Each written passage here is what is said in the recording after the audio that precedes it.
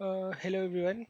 So we are now on the third part of our series which of high level design.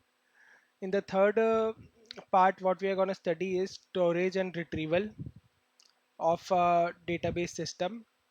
So how storage works in a database system, what are the data structures underlying the uh, database which helps it store and efficiently retrieve. So I will just go through the content table of contents. So first we are going to cover the introduction and some a simple DB. What could be a simple DB? DB. We'll try to do that. Make a simple DB. Then what we are going to do is we are going to study about indexing and how we can implement indexing over a DB. Right, so there are going to be different kinds of indexing. There could be hash indexing, then there could be SS tables and LSM trees, which helps in which kind of index and helps in uh, easy retrieval and fast retrievals and higher throughput writes. Then we are going to study about B trees, which are very much used in almost every database. Typically, more in SQL databases, B trees are used underlying. So we are going to study about the B trees. Then we are going to compare two of these structures, the LSM trees and B trees, and when to use which. And then we are gonna go over what are other indexing structures that are there, right? Other than the primary index, what could be other indexing structures? Once we are done with the indexing and some structures of B trees and LSM trees, what we are gonna understand is what is transactional databases and what are um analytical databases. So these are two terms which are OLTP databases and OLAP databases.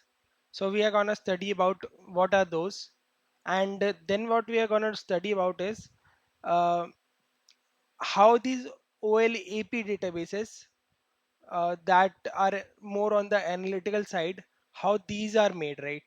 How these are able to perform queries on very large data set. So how these are performed and what is the underlying structure beside those, right? How data is stored in analytical databases. So we are going to study that through column oriented storage. So that is gonna be it um for this chapter, and so let's begin. So let's start with introduction and let's try to make a simple DB. Let's try to think what a DB is and how can we make a simple DB. So as an introduction, what we are going to study is different use cases are powered by different DB, right? And different DB have different data structures powering them. So by going through this chapter, we will get a general sense on what a DB is based on what data structure and what use cases it can serve well, right? So let's think about a DB. DB is actually just you give some storage to it with a key, and when you ask for that key again, right, it gives you the value that you had given me this key and this value. And if you ask now with this key, what is the value? It gives you the value. So kind of a simple DB is a kind of a key value store, which on giving a key, it retrieves that key's value to you, which it had stored before. So a simple DB in a OS can be implemented in one file, which is only appended at the last. So whenever you store into this file, it is the new keys are only appended at the last. It will have O1 write, which is quite well, but ON read going through whole file to get latest value of key. To support faster reads, we will have to maintain extra data structure to which key is present where in DB. To know which key is present where in DB. This is usually called an index. So let me just explain this statement through a Let me just explain this statement, right? What we are meaning is, so a simple DB could be a file, okay? A file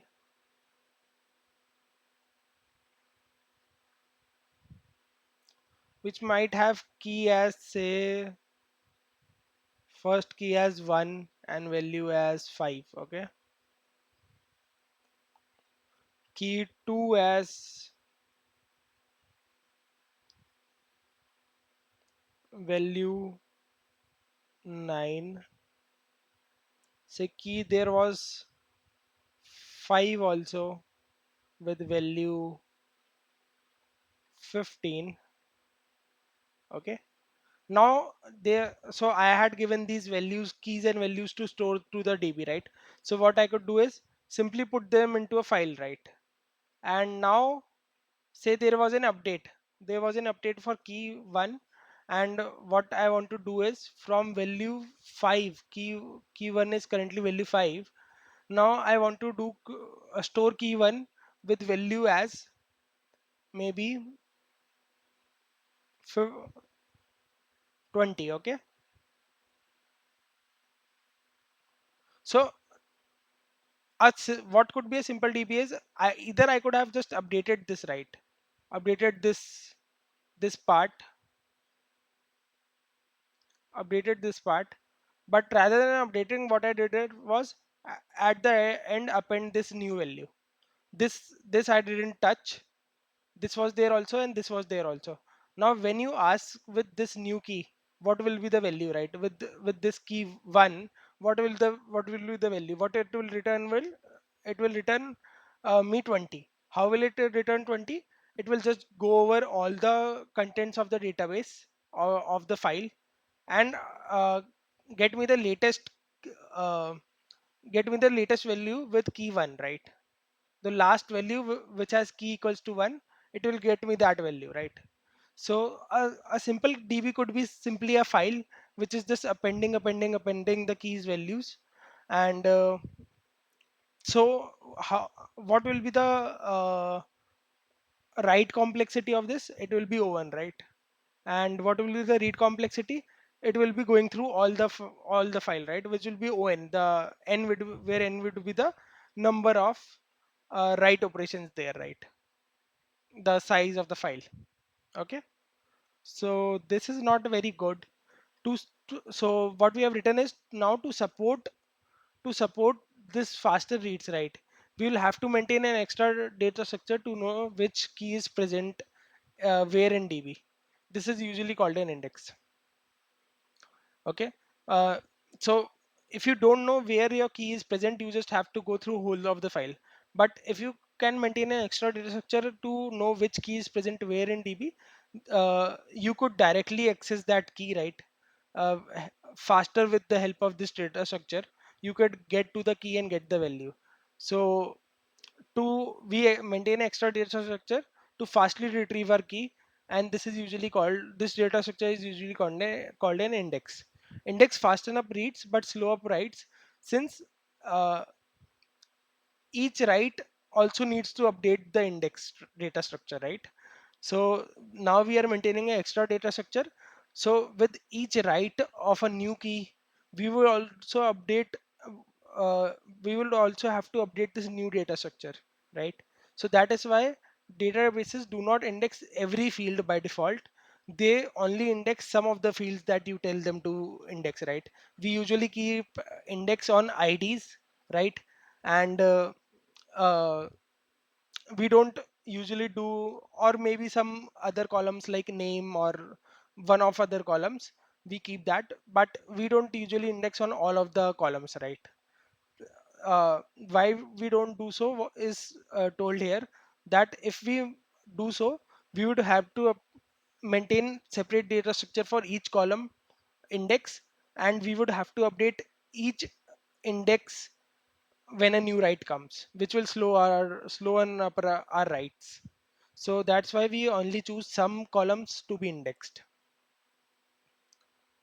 Now coming to more on indexing, how we can index in this, let's think about it. let's keep the file system same, and let's think how can we index, right? So one way could be like we could maintain a hash index, right? uh, we could maintain a hash table uh, in memory and keep keys mapping to db offset where value is stored. So in the file example, what it would be mean is maybe we could keep a hash table and we could know the line number by where this new key's value is stored, right? The latest key is stored. So similarly, if file was considered a DB, that would be it. But if this file was replaced by DB, we could store the DB offset, right? Instead of the line number in the file. So we can maintain a hash index in memory and keep keys mapping to DB offset where value is stored. This would have read in DB in single lookup, better than usual, where multiple lookups between pointers are required to reach final value. So this will be better than usual discretes where you have to go usually to 2 3 pointers to read to a single file, right? Read to a single part of the value in the disk. Since now you just have directly the offset, uh, this would be better. Bitcast DB uses similar approach. This can be a log based too, where with each write the log is written and hash map updated with new value. So a log based means usually append only, right? So like in a file we append only into the file, we write at the end of the file. So this is a log based system kind of thing. So bitcast db uses similar approach, which is a log based approach, where with each log is written at the end of the file and hash map is updated with the new value of the offset, right? For deduplication, we can have a background running thread to merge two log segments and keep log with latest values. Each segment can have its own hash map, then telling the offset in the segment. We can have for read go over each segment in order of recent to less recent segments and check the key is present or not. And after going through all keys, latest values will be returned. So what we are saying in this paragraph is, let me just go through this. So now in a log based system you could see like there was two keys, right? Key 1 was repeating, right? Whenever a update was saying. So for deduplication of these keys now, what we do is, first of all what we do is we maintain uh, segments, right? We maintain usually what we do is we maintain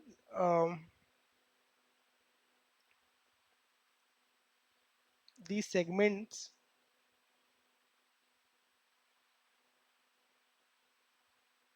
where we have some uh, keys like this.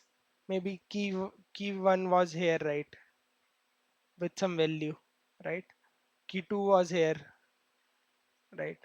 And key 5 was here. Okay. Now these segments are written into the memory once at a time, right? So once this maybe two, three, once these are usually written in the uh,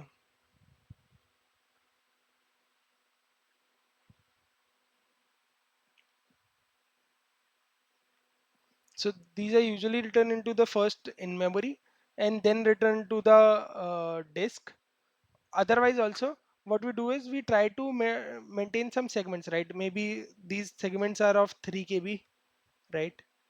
And once this becomes 3 KB, we start writing at another segment, right? So we try to maintain 2 3 segments of logs, right? Based on the time we could decide, so this could be again maintaining a new segment. This could be an old segment, right, where all this was written. Now when new time comes, right, and this segment was filled with 3 KB, we have created a new segment in db where we are currently writing, and key 1 is there, and key 5 could be there, key 3 could be there. Okay, now over time what we do is there is duplication of keys, right? What we try to do is we try to now hash map might be referring to this value only, right? uh, but what we usually do is we have hash map for each of this, right? So this will have its own hash map, this will have its own hash map. Okay,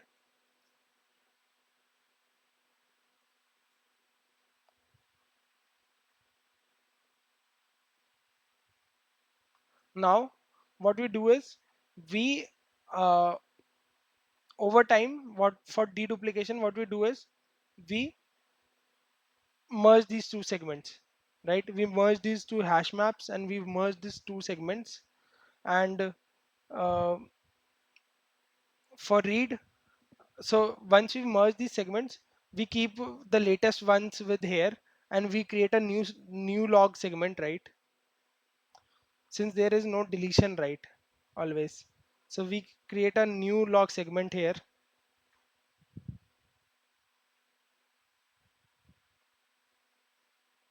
with keys as 1 from this, right?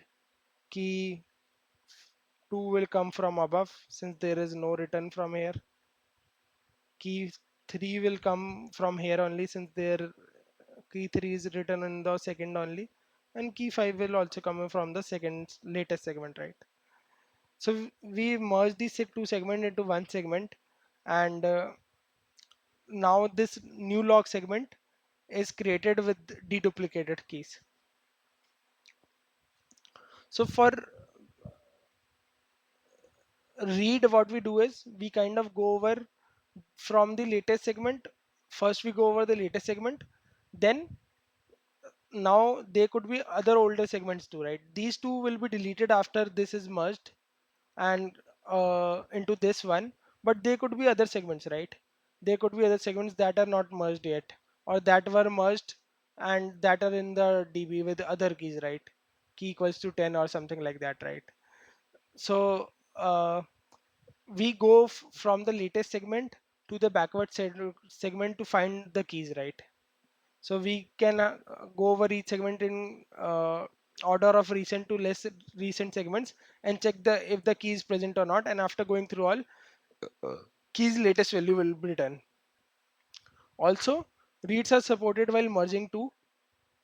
So reads are supported while these two are being merged. Since while merging segments, read is done through old segments only. So while we are merging, right, we just continue reading from these two segments, right? And how we are going to resolve, we are just going to go over all the keys, right, in this and all the keys in the this, and we are going to see this is the latest one. So for key equals to 1, what we are going to do is return from this since this contains the latest one, right? uh, and write is done to new segment. So while these two were merging and say there was coming a write, right? uh, a new write with case key equals to 7 was coming, so we would have written in this log segment only. Okay, and read is later, once these two are merged, these two will be freed from the memory and this will be open for reads too. Okay, partially written records are known through checksums and they are better as logs since we won't have to deal with partially updated logs, right? So what it means is with some previous and some new part in some update of a log. So partially, so now consider a case where there was a partially written record, right? So I was writing to a segment in a log. Segment is basically just a file, right? Small part of a db, right? So I was writing to this segment this new key which is 8 maybe, and while I was writing its value which was maybe 205, and while I was writing, right, the server went down, right? With something like I was able to write 2 0 but not able to complete the whole value of this, and I didn't say this value was completed to the DP. So DB knows that this value is not completed, and so through checksums I will know that this is not completed, right? But since these are appended to the end of the file, right, with key, say, since maybe there was key equals to 8 before also, and with value equals to 16, right? Now if I was to update this one, right, and had started updating value of key equals to 8 as 205, and I had written just 2, now what would have new value become? 26, right? This is not better to uh, now this will leave the DB in a very hard state to recover, right? Because we would have to know the previous value also and the new value also, right? But here what we just need to do is, through checksum we know this is not completed yet, and we will just retrieve again through some mechanism this value and rewrite this. So partially written records are very uh, well handled by this logging log based append only DBs. And why logging helps over finding and updating the value at the same place? These are the three answers. First is crash scenarios. So for crash scenarios, we might have to rebuild all the hash map by going over a whole of segment, since we have stored hash map in memory.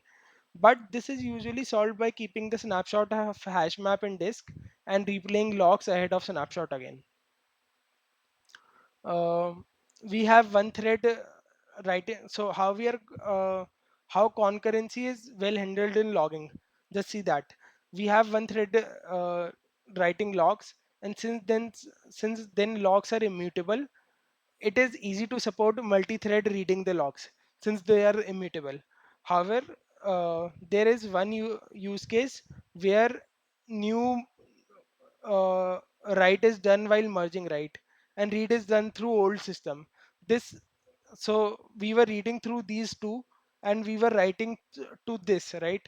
So new value was coming to k equals to 7 right here, but we were reading through this. So maybe if there was a new value for k equals to 3, so we would have written here, right? But from where we were reading at this time, we were reading from these two, right, up till this merging had completed. So what could happen was, there could be system could be would be eventually consistent then. So this issue I could see in this logging side, that system would be eventually consistent while merging the tables, while merging the segments. The third point was writes. So sequential writes are better off for HDD and for HDD2. They somewhat perform better than random writes. So what are some drawbacks which we seek to improve in next design? So hash maps won't fit in memory for large DBs, right? And hash map implementation in disk is not very efficient and had problems in hash map resize. Uh, so not scalable design, because we won't be able to keep hash map all of hash map in memory, and hash map implementation is in disk is not very efficient, right? Second point is range queries are not very efficient in the structure we defined, right, for hash maps. So for range queries, what we need is for key equals to 2, for key equals to some range, right? We define a range for keys. So say for greater than 2 and key less than 8, we would have to maybe give the sum of all the values, right? So in that sense, these DBs are not very efficient because keys could be in different segments, right? So you would have to just go over manually each of the keys and then sum it all and then return the answer, right? Which is not very efficient. So these are some of the drawbacks in this design. Uh, Now we will be going over the next design, which is somewhat an improvement. So so if hash maps are not the solution, if we can't keep hash maps, all of hash maps in keys in the memory, what we can do, right? The second best solution seems to be maintaining without maintaining a hash map for every index, seems to be having a sorted data, right? Because if you don't have a hash map, you hash maps gives an open read, right? But if you think in DSS structure, if you don't have a hash map, where do you go? You think of an login approach, where you think of sorting some kind of data and then going and finding that data very fast, right? Because sorting helps then binary search the keys and finding those keys in login. So second best solution seems to be having a sorted data. SS table is just what it does, right? So SS table are based on this idea where we maintain a red black tree or balance tree in memory and write happen in it. And when that tree size becomes greater than some threshold, right? Maybe 3 MB or 3 KB or 4 KB, what we do is we write the tree into the sorted new segment, right? We write that tree into the into we write the sorted tree into a new segment in the disk. So we do this balanced tree in memory because it is hard to maintain a tree in disk and not optimized. Here each block return is compressed and we maintain the starting index of this segment. Here also, while that segment is being copied, we can write in the new tree in memory. Okay. So I just want you to explain this part again. Here each block is return is compressed and we maintain the starting index of the segment, right? So what we are doing is we are trying to create an balanced tree. So if k equals to 1 comes here, right? We will maintain first an in memory tree, right? And say k equals to 2 comes here now. So k equals to 2 would come here. K equals to minus 1 would come here, right? And once this tree, I'm storing all these values here, keys and values in the nodes, maybe value equals to 0, value equals to 5, or value equals to anything like 7, right? So once this tree becomes greater than a threshold, maybe which is usually 4 KB or something like that, whichever threshold you have defined, right? What we do is we write this sorted tree as a segment, new segment, right? Segment is a space in a DB, in a disk, right? So we write this whole sorted tree in a disk in a sequential manner, right? So we first write, maybe we could have written the in order or pre-order of the tree to retrieve it or something like that, or we could have just written the sorted order, right? So sorted order would be pre-order here, right? So we would have written the pre-order with key equals to -1 and its value. Then we would have written key equals to 1 and its value. Then we would have written key equals to 2 and its value, right? So we would have written such a segment in a tree, in a disk, and this would have been called an assets table. Okay. Now, what we would have done is we would again would have maintained a hash index, right, of these SS tables. We would again have to maintain the hash table, right, of these SS tables, SS table indexes, right, where we would have known what is the starting point of these index, right? Okay. So this could have contained from -1 to 1 key range, and starting point maybe was the location 1000, right? Location 1000 in the disk, right? So this segment is present at 1000 location and it contains the key ranges from -1 to 1. Okay. Now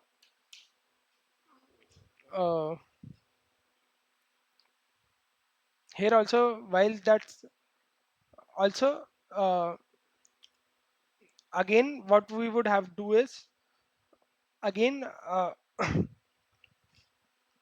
read would happen through most recent segment to previous ones, and binary search could be performed within a segment.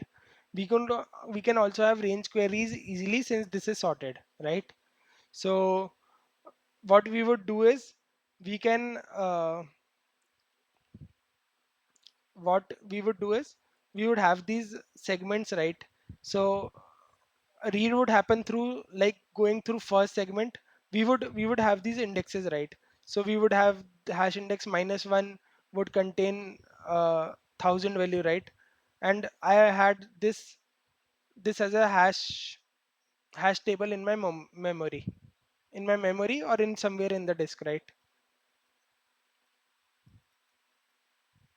And this also contain maybe something like another SS table would have maybe key ranges from 2 to 7. Okay,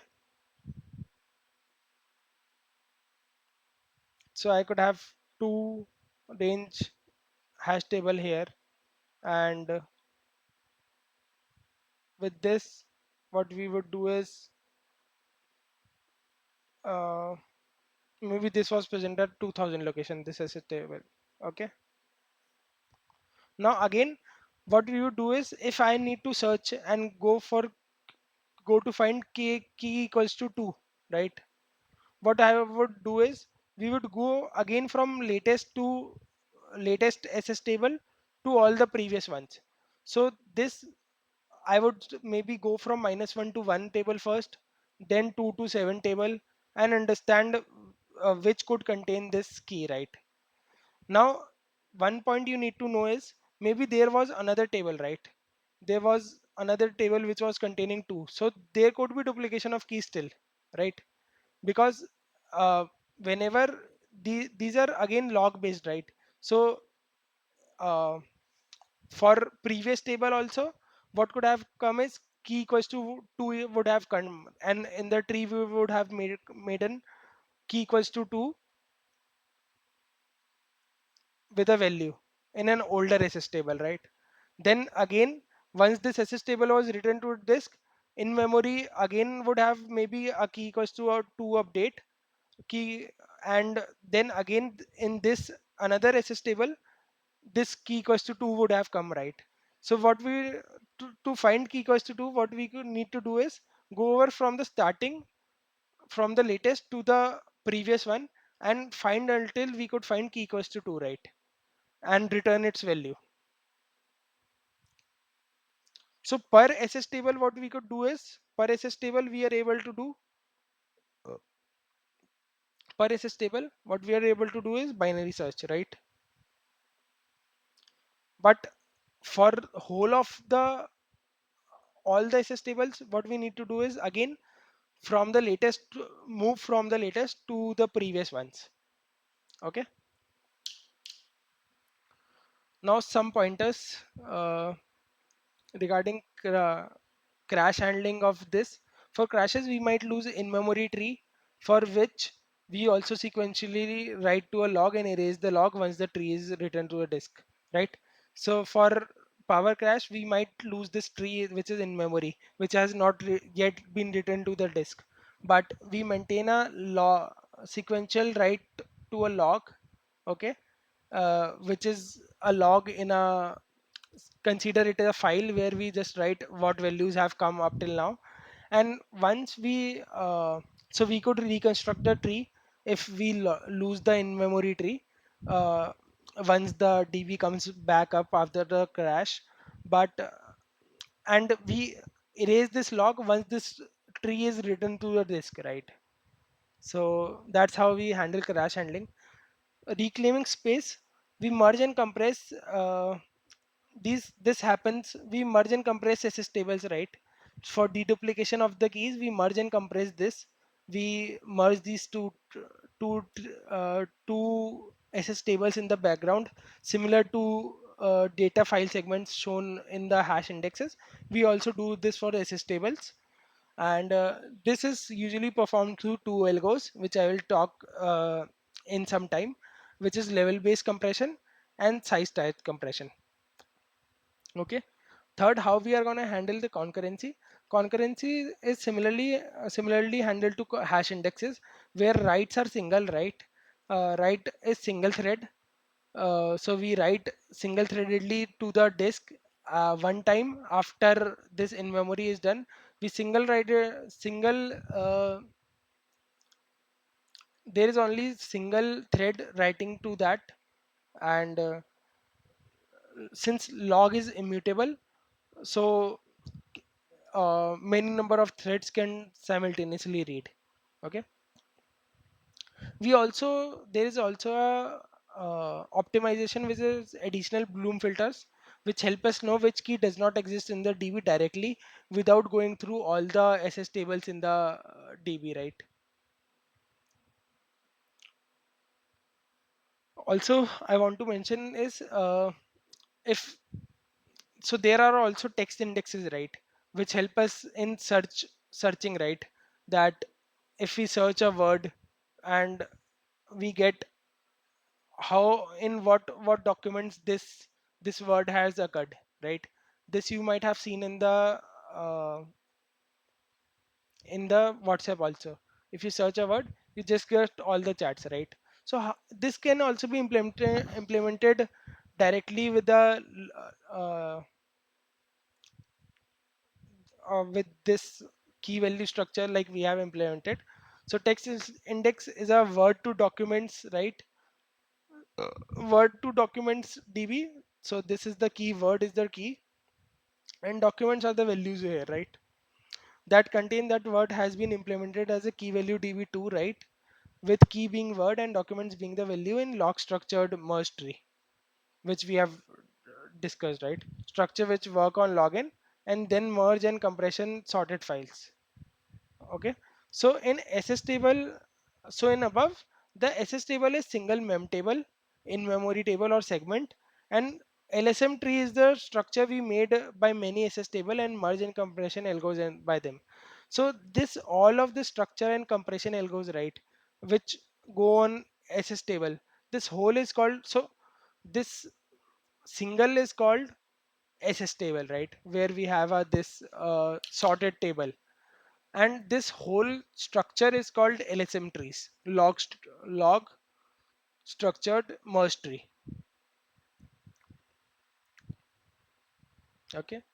So you could see an example here where compaction and merging happens.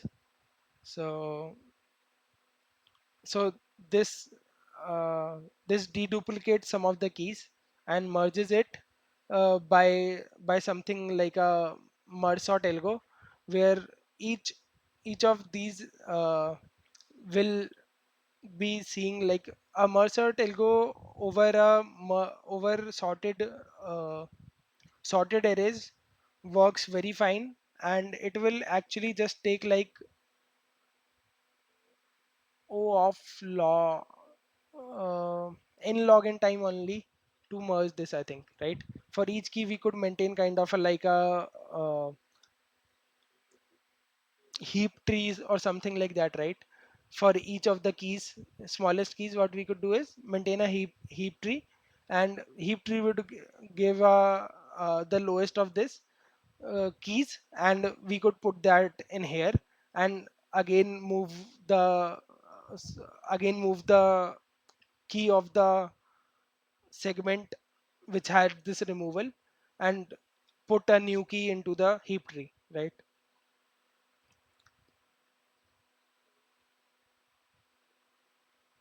So this is kind of the sparse index in memory. So an SS table with an in-memory index, right? So so you could have something like this: hammock is here, handbag is here, handsome is here, and hangout is here, right? In a single block maybe, right? So this is a single SS table, right? So in an SS table you have this sparse indexes, which will help you go through. You directly don't do binary search, right? You maintain, because binary search over this indexes is hard kind of. because you would have to again go through many more disk associated queries, I think, right? So a sparse index in memory helps do a binary search kind of thing on a single SS table. Now coming to the compression, right? Compression enclose. I talked about compression enclose in reclaiming space, right? We merge and compress two SS tables that is shown here. So we usually do it through two algos. First is size-based compaction process, and other is level-based compaction, right? So size-based compaction is there that we uh, we do based on size. So if two SS table or three SS table of are of same size, right? We usually merge them into larger SS table and deduplicate it. Okay. Now level based compaction is something like you maintain a level 0 where you would just write from in memory to disk, right? And you would maintain these level SS tables 1 2 3, right? Now in the level 0 you could have keys repeating in these SS tables, but for level 1 what you do is you would merge these SS tables into level 1 SS table one so once you have maybe 3 or 4 SS tables here, what you would do is perform on merging over these 3 4 once this threshold is met, and make a L1 table. So this L1 table would be the would deduplicate all the keys, and would now they could be say two SS tables in L1 also. So this there could be SS table 4 and SS table 5. But special case about L1 and all other levels ahead of L1 is that there would be no overlapping key in all of the SS tables. So A could not repeat in SS table 4 and SS table 5. Similarly, no key could repeat in any SS tables of the L1. Okay, so that is something that we try to keep in L1 and L2 and all above. Only L0 will have the overlapping keys, right? How we do is uh, so okay, once we will so we will maintain a non-overlapping structure in L1 and all other L2s. Now why we are merging to all other levels, right? So all big levels contain more keys, so this would be 10x the size of previous, right? All next level would be 10x the size of previous, right? So once we have these bigger SS tables, we are able to perform better log and indexes, right? We are able to perform better easily binary search, right? So our efficiency will increase as we go over larger tables, larger levels and larger tables, right? So and we these new keys also update the above levels again and again. So they will update. So whenever a new get call comes, it first checks the L0, then it will check the L1, then it will check the L2. Okay, and if it finds in L1, it will return. Okay, because this is the newest values. L2 would have comparedly uh, contain previous values of keys. So key differences between level based and size tiered compression is size tiers is based on write heavy workloads because it performs less merging, right? Level based perform more merging and it merges frequently, right? So that is the main that it is designed for high write heavy workloads, while level based is designed for read optimized workloads. Okay. Now coming fastly to B trees. B trees are tree-based structures stored in so we are done with the SS tables and LSM trees, which are very similar to hash indexes, but also maintain a sorted structure and doesn't contain all the hashes, right? So that is the structure, but they are based similarly on append only structure, right? They append new data, and in the back process, they try to m- merge two similar segments, right? They merged two similar segments for deduplication of keys. So these had very similar approaches. Now we are coming to B trees, which have different approach than these two, right? So B trees are tree-based structures stored in storage system. It does not support sequential writes, rather than has random writes. So which leads to somewhat not very good high efficient writes in disk. Uh, but let's see, rather than multiple writes for a single key, it updates the page of fixed size containing the key at the same place. Okay, so it doesn't append again the same key at the end of the file.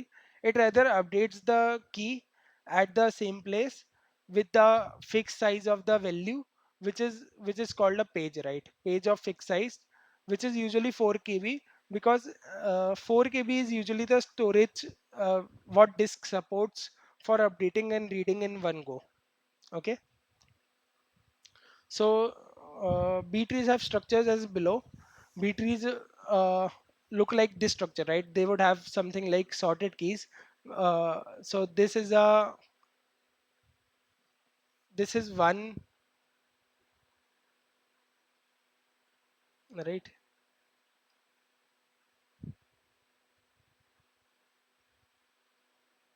Yeah. So this is one page, right? And this is second page. This is third page, and this is fourth page, right? So in the first page, what we keep is this key. This is one key, 100, 200, 300, 400, 500. Okay, and these are sorted keys, right? And we just maintain a reference, right? In a B tree, this is one node, maybe you can say, and in the topmost, what we would contain is references, right? So this would contain a reference for all the keys. So if you are looking for, say, user ID 251, right? So this will be containing keys less than 100. This will be containing 100 to 100, 100 to 200. This will be containing 200 to 300, right? So for 251, where would we need to go? We would need to go here, right? For looking up the key 251. Now for 251 again, there would be something like 210, 230, 250, 70, and 90. Some keys present here, okay? These could be random keys present here, but in sorted order, okay? Now again, what you could find is, where do you want to go ahead to find the key 251? We see we need to go into this reference, right? Now once I go here, I could just finally see, okay, there is no other reference, and I could directly find 251 here with a value, not with a reference, with a value. So this is my answer. So B trees maintain this kind of structure where they have nodes, and these nodes would contain some keys, and these keys would be in sorted order, where they would tell where you would need to go, right? For finding the key in between. So the above pic shows 4 pages, with each page containing either 6 references to other pages or some value, and in between also containing some keys. These keys act as ranges between which the key would be found, right? Now let's take an example of insertion. How would an insertion work? So we are trying to add a key 334. Okay, so there was a node like this, right? Now uh, there was a tree like this, okay, where what we needed to do is, we needed we had this parent node. We got to understand where this 334 would be going, right? So we followed this reference where we understood 334 should go. Okay, now once we see this reference is followed, we now see we have reached the uh, child node, right, where all the values are stored. Now we understood that we need to put 334 here in as a key, right, somewhere as a key here. but we see this node is already filled, right? This page or this node is already filled. So what we need to do is we need to break up this uh, page into two pages. We will do it in page 1 and page 2. Okay, and we will put 334 here in between 333 and 335 with its value, and then we would again maintain this sorted order, and left would be containing less uh, lower keys, and right would be containing greater keys, right? And we could give this 337 as the new key in between, which will serve as the reference. One thing can notice, this 337 is also used in a reference, but it will contain its value in the child node only. So only the child nodes would be containing the values, and all the intermediate nodes served as reference only. Okay, reference nodes only of the tree. So we can see in above page that references like first one does not contain 337, does not contain the value, but it leads to a value page that contains 337 key again and value. So we can also see that page is split into two when adding the new key, dividing the left hand and right half with three keys both. This algorithm ensures we reach the key in on log time, where n is the number of keys, right? So this is because we are dividing the keys at least by a factor of 2 in every step. Most DVs have threefold level of depth with branching factor of 500. So if you just go by this statement, why it is a login? Because what we are trying to do is we actually are dividing each of this, right? If you see, whenever a new page is done, it divides into equal size pages, right? So how many if I've come here, right, and I want to find 334, it is and so what happens is all next keys are divided here. So at this step what I'm doing is I have halved my keys, right? Again, so and at this step I could just use an if else to find, okay, this is the value.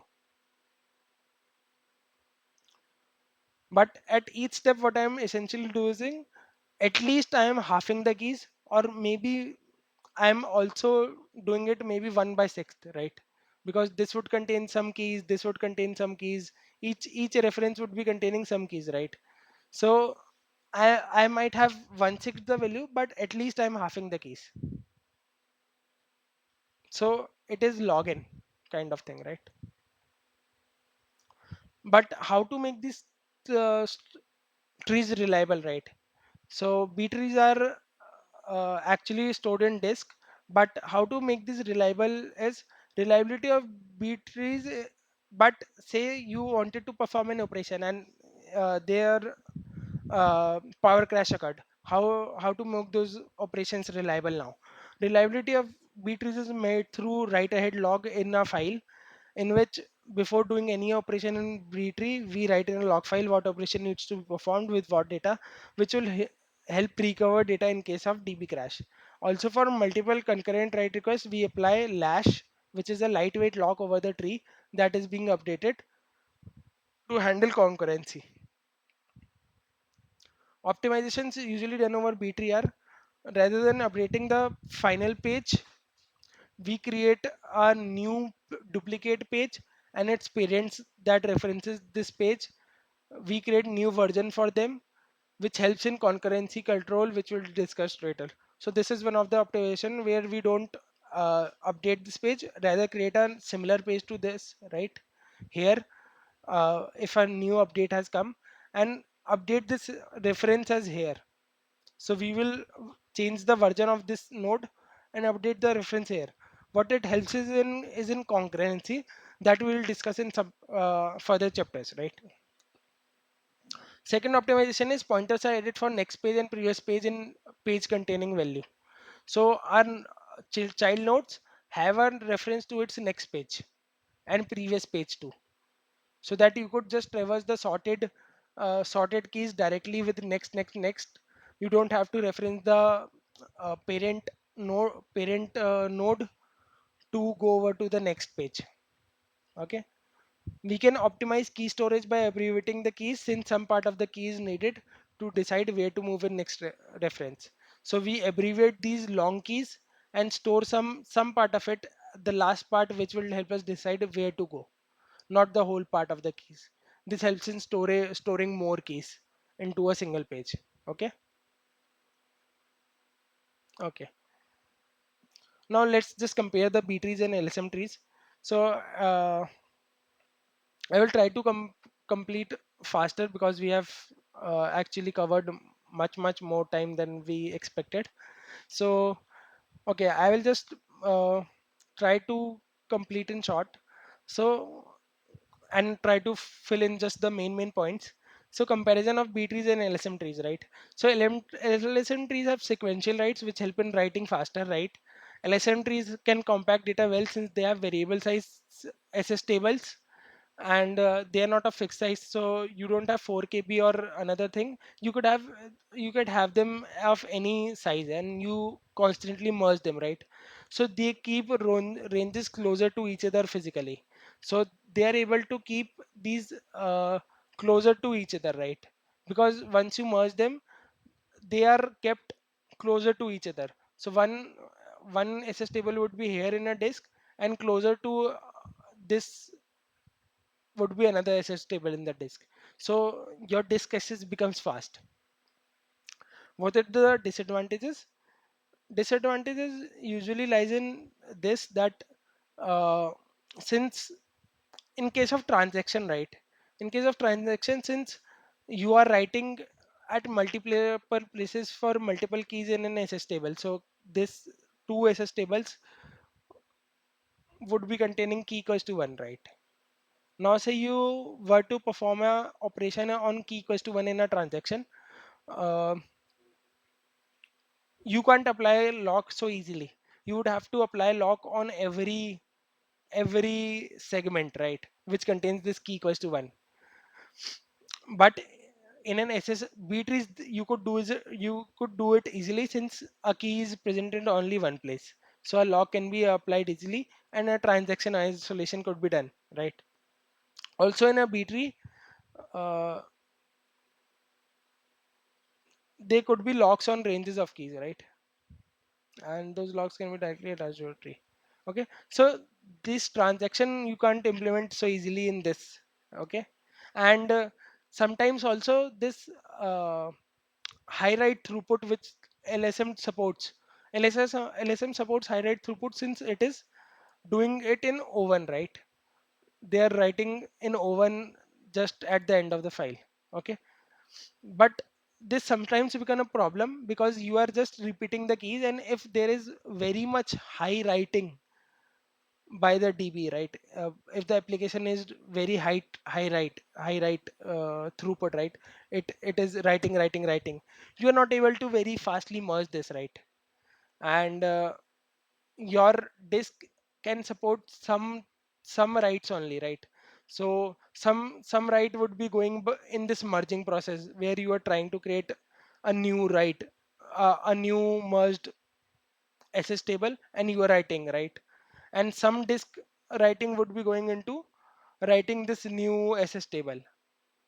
So your SS table writing capability is sometimes decreased in case of a very high throughput uh, uh, high write throughput applications. So you have to take care of them. Okay, so this is the minimized part. Let's go to other indexing structures. So indexing structures, we are going to cover secondary indexes. Secondary indexes are similar to primary indexes which we talked about, except that they can have multiple instances of a single key. Uh, so they can be implemented using having list of values with a single key, like having or making each key unique by appending. Okay, so secondary indexes usually what they have is they could have like a key twice, right? You could think like a secondary index kind of a name, right?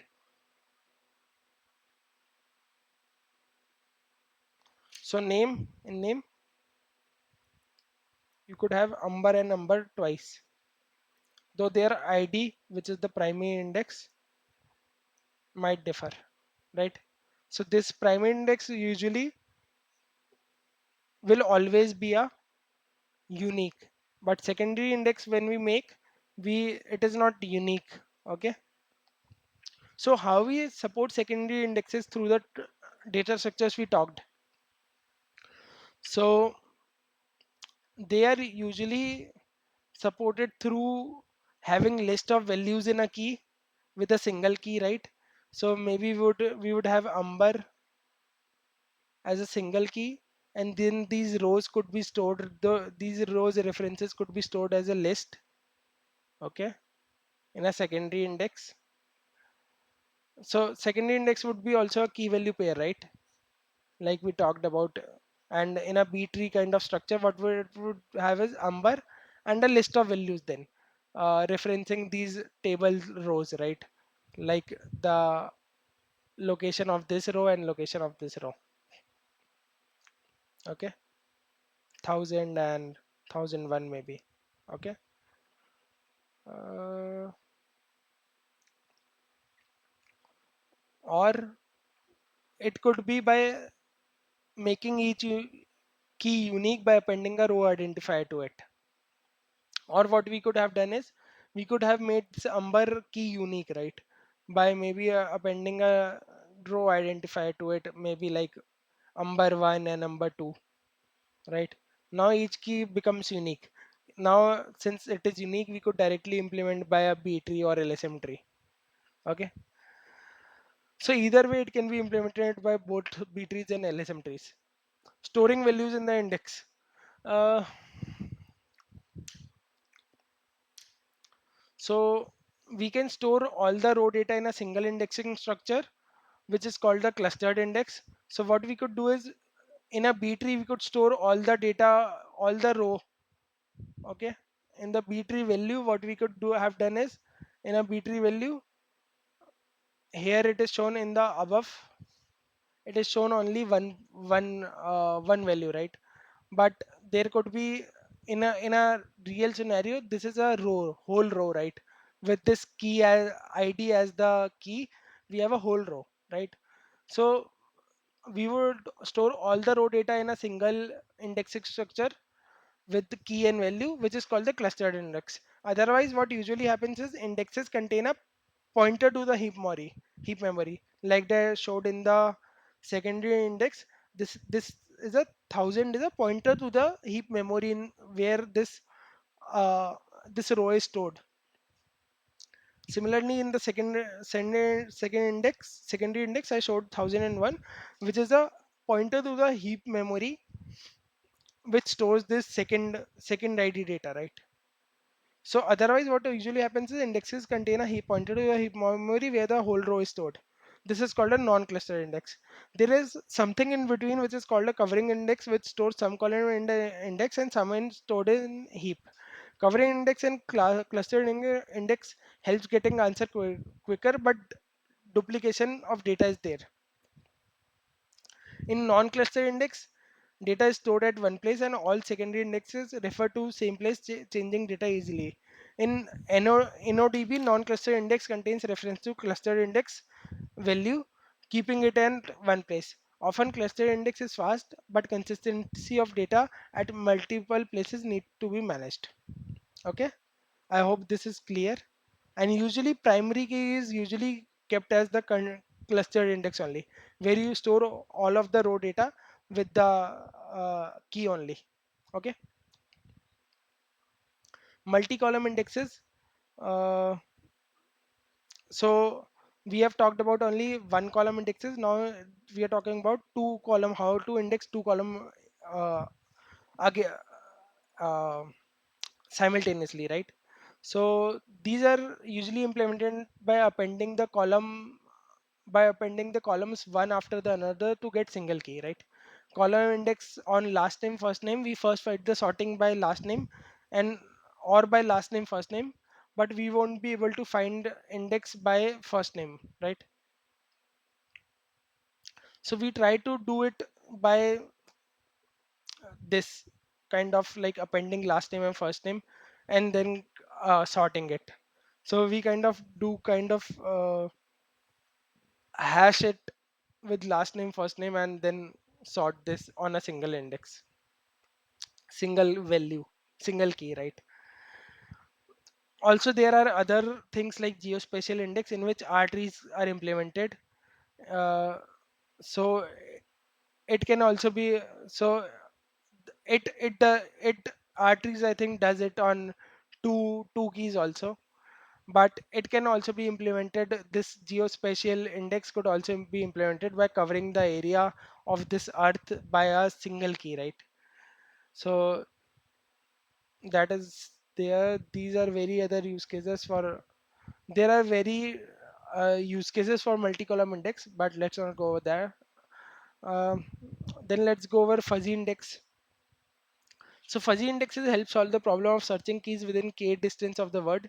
So you could search maybe by some name like hotel, but you misspelled it as you just write it as HTLE, right? So this will help find you still the search for hotel and get you the value for a hotel, right? So it is usually implemented by something like finite state automata or a trie, which gives words within k distance over a LSM tree like structure, right? So it will find me all the k distance words where distance is like how many, one distance means adding, editing or deleting a character, okay, over a word. So hotel HTLE differs from HOTEL by just one character O, right? So their distance would be one. So it tries to find words within k distance and then find the values of that words if it finds one unique word within the k distance, storing everything in memory. So as rams are becoming bigger, this we are trying to store all of this rather than in disk to in memory. The main advantage here is that we don't have to change the data structure that we have in ram to the data structure that suits the disk, right? So this transformation is very much help is saved, and this helps very much save our time, right? So that's why db becomes fast.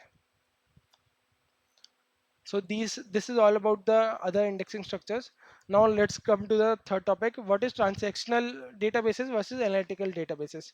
So transactional in early term meant business processing which required asset properties, but nowadays transaction means a set of read and write operations that need to be performed together, right? Difference between transaction and analytical processing is, in transaction we usually fetch small number of records per query and it is fetched by key, while in analytical systems we usually need a large number of records and we usually aggregate those records, like maybe ask for sum, maybe ask for average over those records.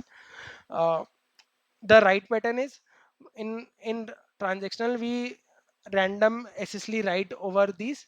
In analytical we bulk import these, right? We bulk write these at a single time.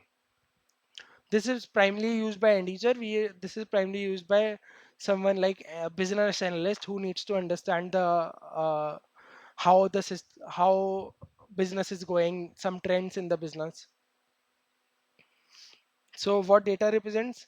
This is latest state of data. This is history of events that happened over time, right? Data size is gigabytes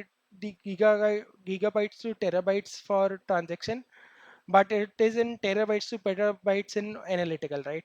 So it is much more here.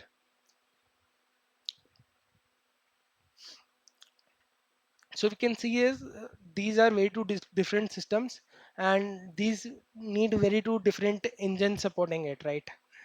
Because uh, very two different properties in a db, right? So data warehouse is what is actually a analytical database. Uh, this which is separate from normal transactional database that we have till now talked about, right? Till now whatever we were talking about was normal transactional databases, right? But data warehouse is what is an analytical database, and data warehouse are usually only uh, read only DBs to support analytical query over large amount of data and different tables of data, right? So consider case, how is this data warehouse made, right? So this is the e-commerce system, right? In which there is e-commerce site, there is stock keeping app, there is vehicle route planner. Okay, this is the whole of our system somewhat, right? And each of it is extracting some data from its DBs and transforming them and then loading them into the data warehouse, where all of this data all of this data makes sense in in one table, right? Which will contain millions of rows or billions of rows, right? So this process of extracting, transforming, and loading is generally called ETL, simplified outline of ETL, right? ETL into a data warehouse. Warehouse follows SQL-like syntax for querying too, but under the hood, they are much different than relational DBs. Unlike OLTP systems, where we have studied many data models like relational, document, and graph, OLAP uses the star schema, which is based on relational schema only. So you can see a star schema example here, where this is the main table, which is the fact table, which is called the factual table. Okay, and all the other tables are just sideline tables, which will contain extra information to this, right? So this factual table is containing kind of in this case it is containing, I think, the orders, right? And this store, there is a storage reference from where storage this is done, there is a product reference, there is a date reference, right? There is a customer table reference. So all of these is referenced in this table, right? So this is the main table, and other tables are just reference tables in which other data is there. Okay, so this is a star schema where there is a factual table, and there are some called dimension tables. So other tables are called dimension tables. The main table is called factual table. Okay, which will contain most of the data. This factual table will contain like who, what, where, when, and how and why of the event. Okay, so it will be containing all of the events, billions of events that usually come. This is called star because this is like star rays, right? Star rays coming out of one table and going outside. Okay, okay. Now let's go over how this is usually stored, right? So if you see, our factual tables usually contains events, right? Which is kind of orders or maybe clicks in a website. It might contain click events, right? So this will have kind of trillions of rows. Okay, uh, with hundreds of columns fetching and querying that data, right? Fetching and querying that data becomes a challenge since it contains trillions of rows with hundreds of columns. Okay, however, we do not need to store a whole hundred columns in a single query because we usually work with 4 5 columns at max in a single query. Okay, so this insight helps us in storing our data differently. uh, okay, so let me show how we usually store. So the idea behind so we usually store these 4 5 columns at we store all the columns differently, uh, and that's how we store, and that is called column storage. Okay, we don't store all the rows and all the columns in a single table. What we do is we do for a single column we store at one place in our disk. Okay, so let's just take an example. Example query in above discussed example. Okay, analyzing whether people are more inclined to buy fresh fruit or candy depending upon day of the week. Okay, so if we have to calculate this, okay, what we would need to do is we would have to go over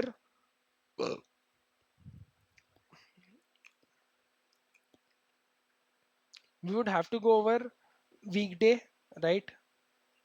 We would have to group by weekday, group by category, which is candy, right? And we would find the year, and then we would have to perform joins. Okay, but we would have to go over trillions of data and then do this, right? Now in above query with the row wise data, we can have index over date and product to fetch the product with a particular value fast, but whole rows will still have to be fetched, right? The idea behind columns oriented storage is simple. Don't store all the values from one row together, but store all the values from each column together instead, right? If each column is stored in a separate file, a query only needs to read and parse those columns that are used in that query, which can save a lot of work. So this was the facts sales table.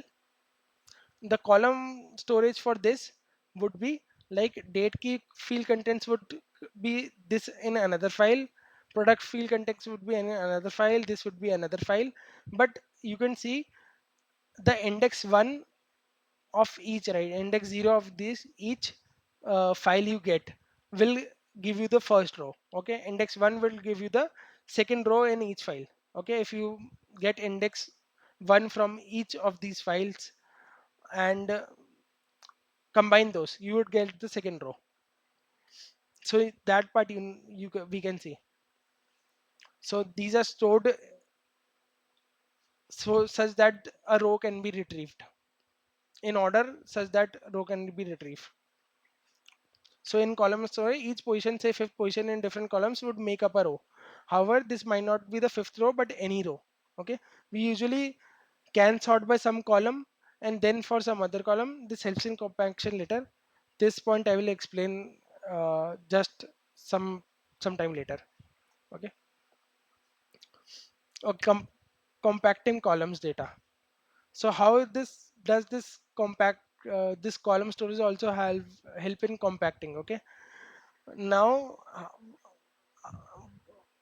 this compaction is based on the fact actually that distinct values are much less than the total values. Okay, so we usually perform compaction on the fact that distinct values are much less than the total values which are in billions, and thus the data is good for compaction.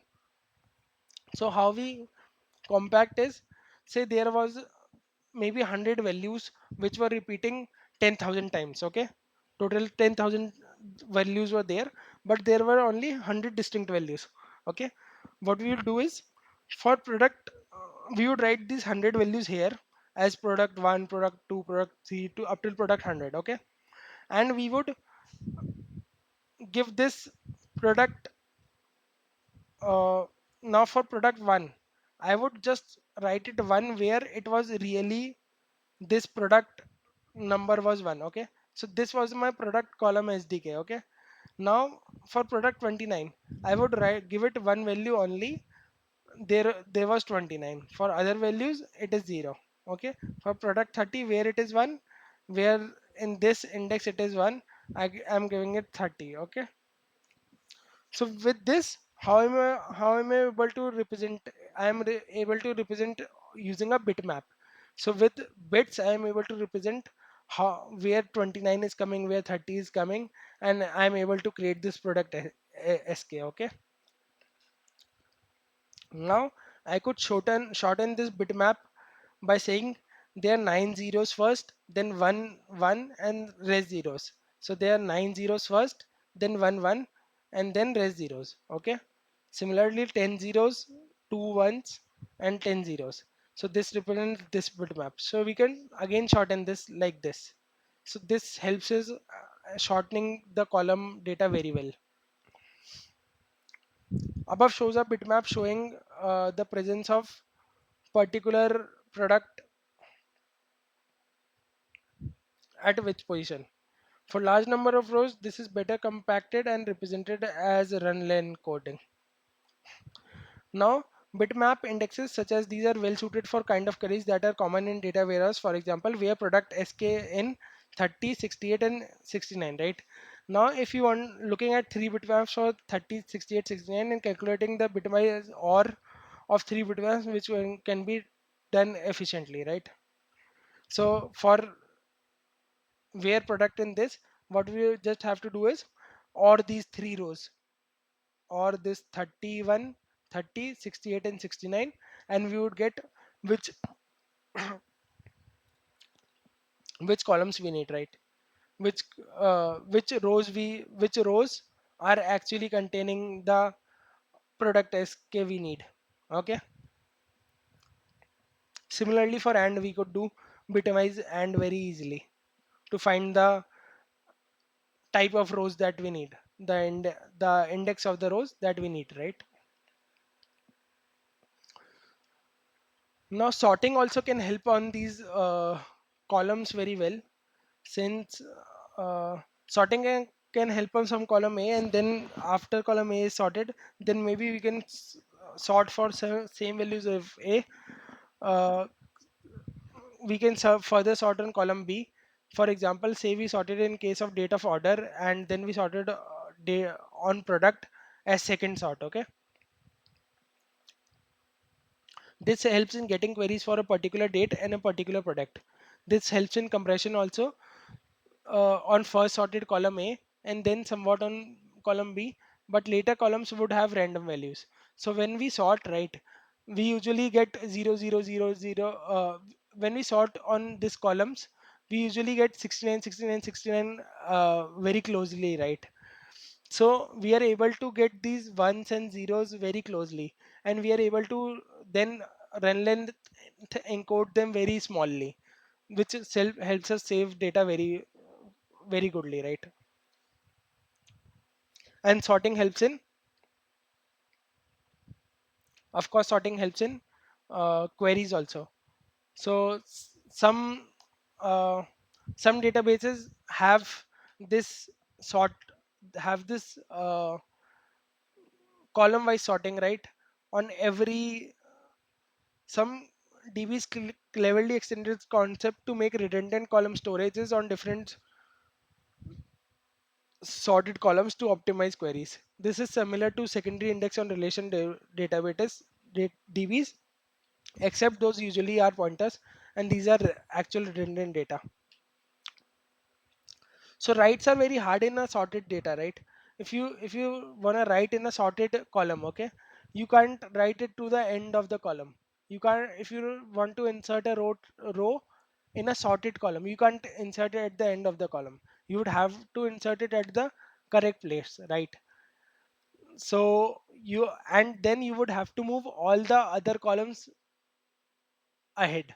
So writes are very hard in a sorted column storage, because for every column you would have to do what, find this sorted for the sort for the column from which you have sorted, you would have to find this place where this needs to be put, new row needs to be put, right? And then move all the column storage later to it, ahead of it, and then change other columns as well with the similar functionality that this row needs to be put here. Okay, so writes are very hard to do, but these are optimized in a sense that these are done on a bulky basis, that you would store the writes in you just use LSM tree like solution, in which you keep some time in memory sorted table, and then after when enough writes are accumulated a certain size, they are merged with the column files on disk and written to a new files in bulk. So you write in bulk to kind of optimize on the time complexity that would go in writing, right?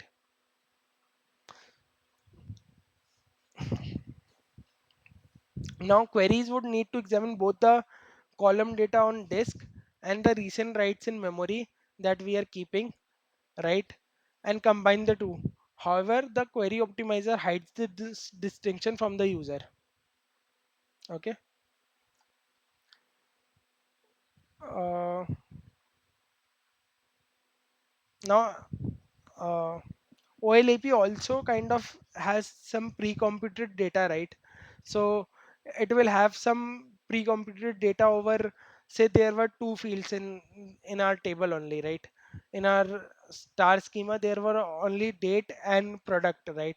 And there were only two-dimensional tables, product and date.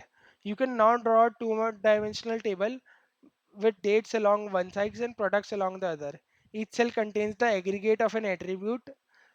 So aggregate each cell would contain some aggregate like sum or average of an attribute of all facts with date and product combination. Okay, so it will contain this will contain the net price of 32 product 32 with date as 14th 11. Okay,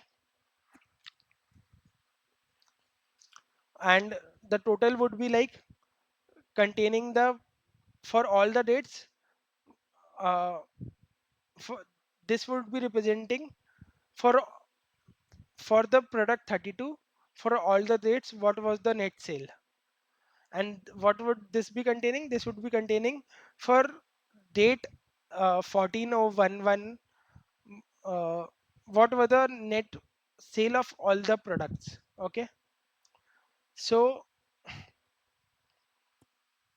this is pre-computed data, and this helps us give OLAP queries faster also. So this is it for us, that how OLAP is done, how OLTP is done. So let us just go over the takeaways finally. So our takeaways is, we went through a basic introduction on how different DBs are support different use cases through different data structures that they have underlying them, and we got through a basic DB, how we are gonna make a basic DB which could just be a file in an OS, which with appending at the end, right? Then at the second point, we got over indexing, where in hash indexing we started with hash indexing, where hash indexing based databases are there, but they need in-memory key stores and log based. They are log based DBs. Okay. Then we got over SS tables and LSM trees. SS tables are also sorted table structures with logging kind of databases only, and they flush after some time, which helps in complexity reduction, right? They flush after some time, and they make the sorted structures only in memory, and they flush uh, that in in the disk in sequential manner. Okay, which helps them maintain a high write throughput. Then we got over B trees, which are balanced trees with which had latches for concurrency, and recovery was also done through logging. Uh, okay. Then we went through a comparison of B trees and LSM trees. So uh, we should take B trees when there we need logs or transactions, which are typical of SQL behavior, and we prefer LSM trees for high write throughputs, which are usually done in multi-column indexes like Cassandra or other NoSQL DBs. Okay. Then we went over other indexing structures, and how we are going to implement secondary indexes through BTs and LSM trees, and how secondary indexes and primary indexes only may contain the reference to a heap heap location and not the whole row data, while clustered indexes would have whole data of the row, uh, and primary indexes are usually clustered indexes. Then we went through what is OLTP databases that we are usually talking about, and what is OLAP databases, and what OLAP databases support, what use cases OLAP databases support. Then we went through how OLAP databases are supported, are underlyingly supported through column oriented storage, in which we store column data, and this helps in when trillions of data is needed, is there, trillions of rows are there, but we need only one two column operation in a single query. Then we went over column compression, uh, how how column compression is done through that. uh, when there are repeating values, we are able to do column compression. Then we went over sorting columns, which helps in making values repeat at some place, so there is compression. And also we are able to do optimized query over the sorted column. Then we went through the challenges of writing a row in a sorted column, in which we would have to move a whole of the column uh, after the key. So it is a very write heavy operation, and this is again done in bulk to reduce the complexity of this. Then we went through aggregation, which is there is some pre-computing common aggregate functions like average sum for faster query resolution through materialized views, which means that we maintain a table like this, which will give the query answer. Okay, this helps in optimizing more queries. So that is all. So these are the key takeaways, and thank you all for being with me for the third chapter. Hope you like it. Please like, share and subscribe, and I will meet you in the fourth chapter. Thank you.